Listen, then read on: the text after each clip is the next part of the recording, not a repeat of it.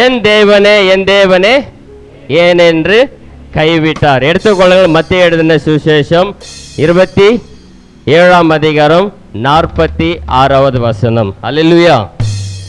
27ஆம் அதிகாரம் 46வது வசனம்.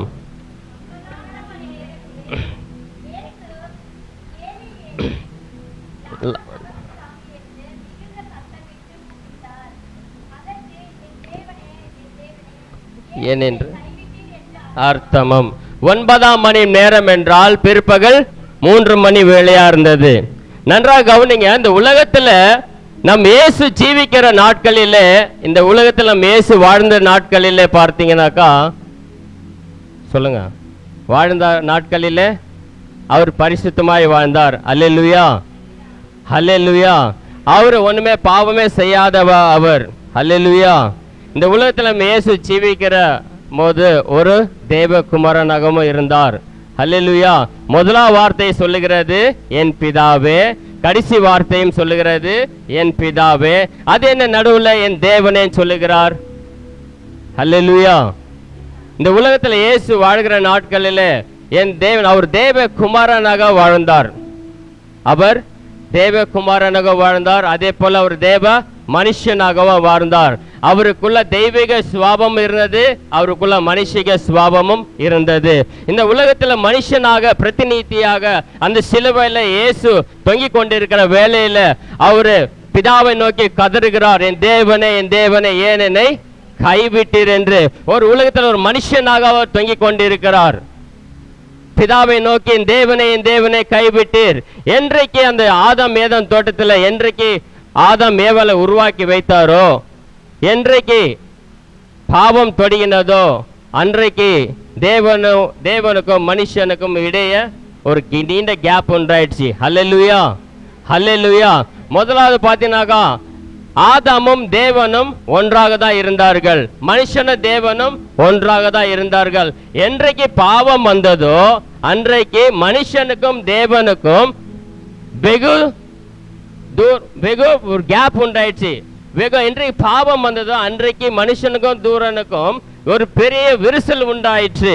பாவம் அதிகாரிக்க மனுஷன் தேவனை விட்டு வெகு தூரமாய் போய்விட்டான். மனுஷன் பாவத்தை தேவனை விட்டு வெகு தூரமாய் போய்விட்டான். பரிசுத்தமுள்ள தேவன், பரிசுத்தமுள்ள இயேசு கிறிஸ்துவை அவர் மேல பாவம் சுமர்ந்தப்பட்டபடியினால் இந்த மத்தியிலே பரிசுத்தமுள்ள இயேசுவை பிதாவை விட்டு தூரமா போகிறார். காரணம் அந்த பாவம் என்று அவர் மேல சுமந்தப்பட்டபடினால். அல்லேலூயா. காரணம் அந்த பாவம் அவர் மேல சுமந்தப்பட்டபடினால் உலகத்தை சுமக்கும் பாவம் போக்கும் இயேசு கிறிஸ்து ஆட்டுக்குட்டியானவர் மீது பாவம் சுமக்கும் போது பிதாவானவருடைய கனெக்ஷன் அந்த இடத்துல கட் ஆகுது. அல்லேலூயா, அல்லேலூயா. யாருக்காகங்க? மனுஷன் செஞ்ச பாவத்துக்காக தேவன் பிரியாச்சமா இங்க வருகிறார். அல்லேலூயா, அல்லேலூயா. பாருங்க, சொல்லுங்க அல்லேலூயா சொல்லுங்க. நான் சொல்ல வந்ததை வரமாட்டேங்குது. அல்லேலூயா, அல்லேலூயா. தேவனுக்கும் மனுஷனுக்கு இடையில ஒரு நீண்ட கேப் உண்டாதபடினால் உலகத்தை பாவத்தை போக்கும், உலகத்தை பாவத்தை சுமக்கும் என் தேவனாகிய கர்த்தர் மனுஷனுடைய பாவம் நம்ம மேல சுமந்தபடினால் அவர் நமக்காக பலியாகிறார், அவர் நமக்காக காயப்படுகிறார். அந்த சிலுவையிலே அடிக்கப்பட்டவராய், அந்த சிலுவையில நொறுக்கப்பட்டவராய் பார்த்தீங்கன்னாக்கா அவருக்குள்ள அந்த தேவனுக்கு இயேசுக்கும் பிதாவுக்கும் இருக்கிற அந்த கனெக்ஷன் உறவு கட்டாகிறது. இயேசுக்கும் இருக்கிற பிதாவுக்கு இருக்கிற அந்த கனெக்ஷன் கட்டாகிறது. காரணம் அந்த பாவம் என்ற கரை அவர் மூடி மறைத்து கொள்கிறது. அல்லேலூயா. அந்த பாவம் என்ற கரை மூடி மறைத்து கொள்ளபடியினால் பிதாவை இயேசு நோக்கி கூப்பிடுகிறார், ஏன் பிதாவே ஏன் என்னை கைவிட்டீர் என்று கதறுகிறார். அல்லேலூயா. ஏன் என்னை கைவிட்டீர் என்று கதறுகிறார். இதற்கு நான் ஒரு சிறிய உதாரணம் தான் நான் சொல்ல முடியும்.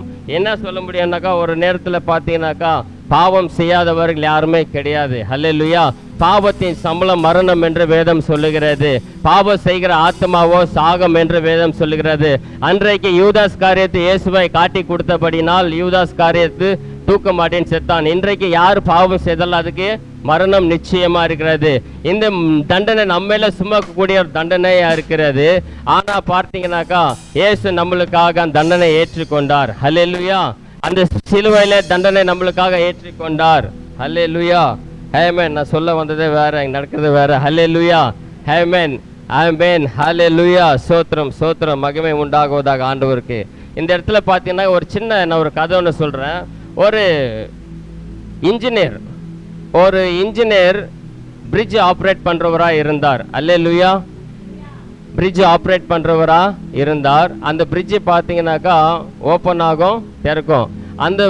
அந்த ஒரு ட்ரெயின் பிரிட்ஜு ஆக்சுவலி பார்த்தாக்கா அந்த ஒரு நாள் அந்த பிரிட்ஜ் ஆப்ரேட்டரு தன் சொந்த மகனை வேலை செய்கிற இடத்துக்கு கூட்டி கொண்டு போகிறார். அப்போ பிரிட்ஜு ஓப்பனாக இருக்கிறது. அல்லேலூயா. அந்த பிரிட்ஜு ஓப்பனாக இருக்கிற டைமில் பார்த்தீங்கன்னாக்கா மகன் பார்த்து, அப்பா நான் இந்த பிரிட்ஜு மேலே ஏறட்டுமா அப்படின்னு சொல்லி கேட்குறாப்புல. அப்போ தகப்பன் சொல்றாரு, நீ ஏறி போப்பா அப்படின்றாரு.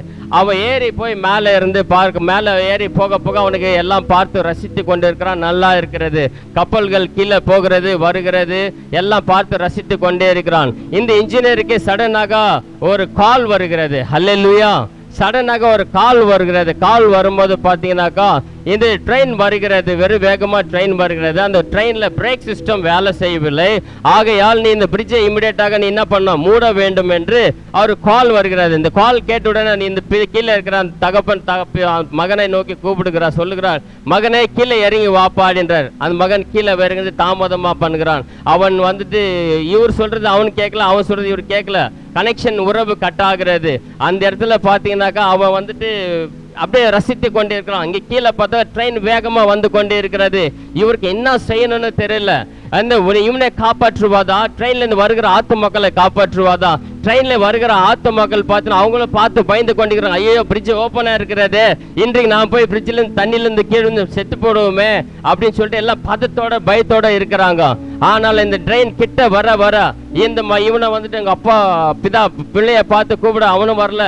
இது என்ன ஏது பண்ற செய்ய தெரியல. மனுஷன் இவனை காப்பாற்றுவாதா, ட்ரெயின்ல வருகிற ஆத்து மக்களை காப்பாற்றுவாதான்னு ஒரு முடிவு எடுத்தான். அந்த ட்ரெயின் பட்டனை அந்த மிஷின் அந்த பிரிட்ஜோட பட்டனை அழுத்தின உடனே அந்த பிரிட்ஜு மூடப்பட்ட உடனே அந்த ட்ரெயின் பாஸ் ஆகி போனது. சாவுக்கு வந்த ஜனங்களை ஆண்டவர் அந்த இடத்துல மீட்டு கொண்டார். அந்த ட்ரெயின் பாஸ் ஆகி போன உடனே அந்த ட்ரெயின்ல இருந்தவங்களை எல்லாரும் கட்சி பார்த்து ஓ நன்றி நன்றி அப்படின்னு சொல்லிட்டு அவர்கள் அந்த இன்ஜினியர் பார்த்து ரொம்ப தேங்க்ஸ் சொல்றாங்க. நன்றி, ரொம்ப சந்தோஷமாக தேங்க்ஸ் சொல்லி அவரை இது பண்ணிட்டு போறாங்க. ஆனா ட்ரெயின் போன உடனே இந்த மகன் அழுந்து கொண்டே இருக்கிறான். காரணம், தன் மகன் அந்த பிரிட்ஜில் சிக்கி கொண்டான். அல்லேலூயா.